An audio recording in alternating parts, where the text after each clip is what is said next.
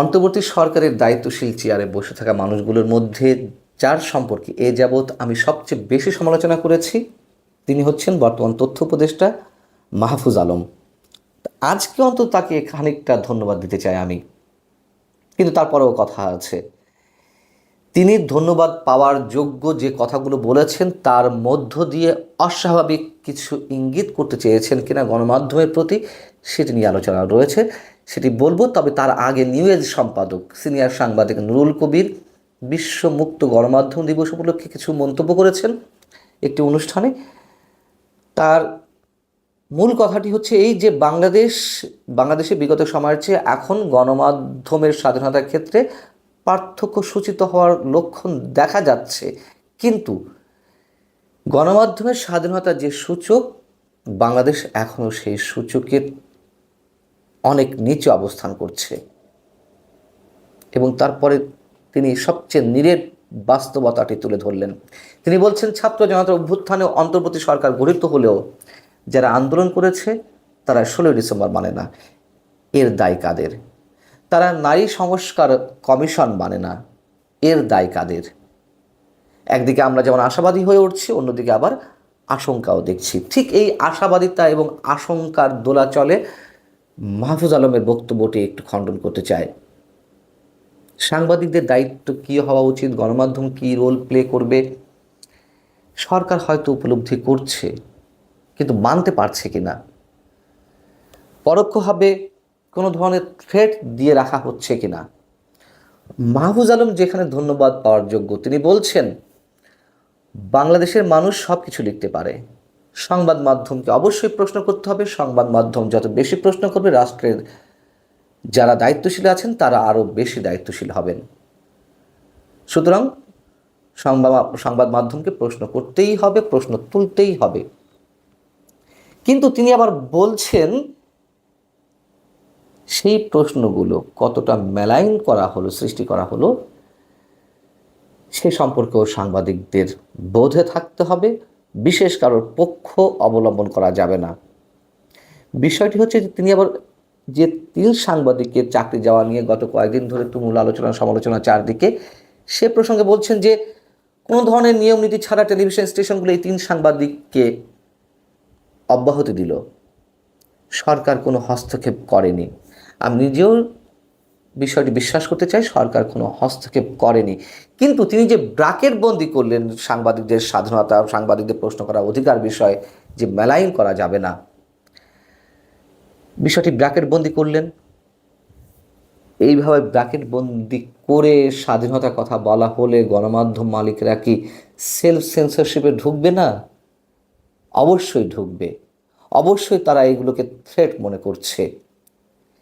এবং যেই প্রশ্নগুলোকে কেন্দ্র করে এত কিছু ঘটে গেল, সংস্কৃতি বিষয়ক উপদেষ্টা মোস্তফা সরোয়ার ফারুকীকে 1400 মানুষ নিহত হওয়ার বিষয়ে জাতিসংঘের রিপোর্ট প্রসঙ্গে, সেখানে সাংবাদিকদের প্রশ্ন কী ছিল যে প্রমাণ তো হয়নি এখনও, প্রমাণ হওয়ার আগে আমরা খুনি বলছি কিভাবে? আমরা বলতে পারি হত্যার অভিযুক্ত।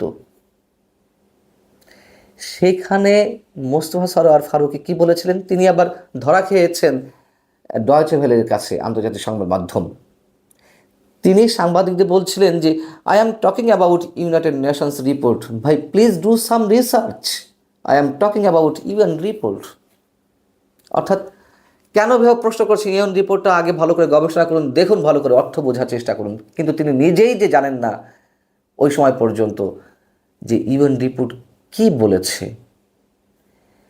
ডয়েচে ভেলে তার একটি প্রতিবেদন করতে গিয়ে জাতিসংঘের প্রতিবেদনের সারসংক্ষেপের সবশেষ অংশটুকু তুলে ধরেছে, যেখানে বলা হচ্ছে একজন অপরাধী, জাতিসংঘের মানবাধিকার বিষয়ক হাই কমিশনের যে মন্তব্য, একজন অপরাধীর অপরাধ প্রমাণে এসব মান প্রমাণক হিসেবে ফৌজদারি কার্যধারায় অপরাধ প্রমাণের জন্য প্রয়োজনীয় মানদণ্ডের চেয়ে কম, উপযুক্ত কর্তৃপক্ষের মাধ্যমে আরও ফৌজদারি তদন্তের প্রয়োজন রয়েছে।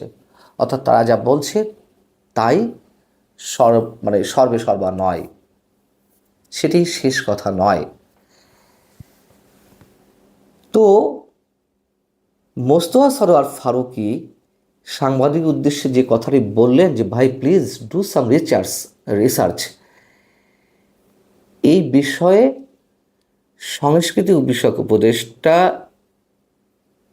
আসলে কি বলতে চেয়েছেন সেই প্রসঙ্গে প্রশ্ন করা হলো। তিনি আবার ডয়েচে ভেলেকে বলছেন, অনুগ্রহ করে সংশ্লিষ্ট মন্ত্রণালয়ের সঙ্গে কথা বলুন, ধন্যবাদ, এটুকু বলে শেষ করে দিয়েছেন।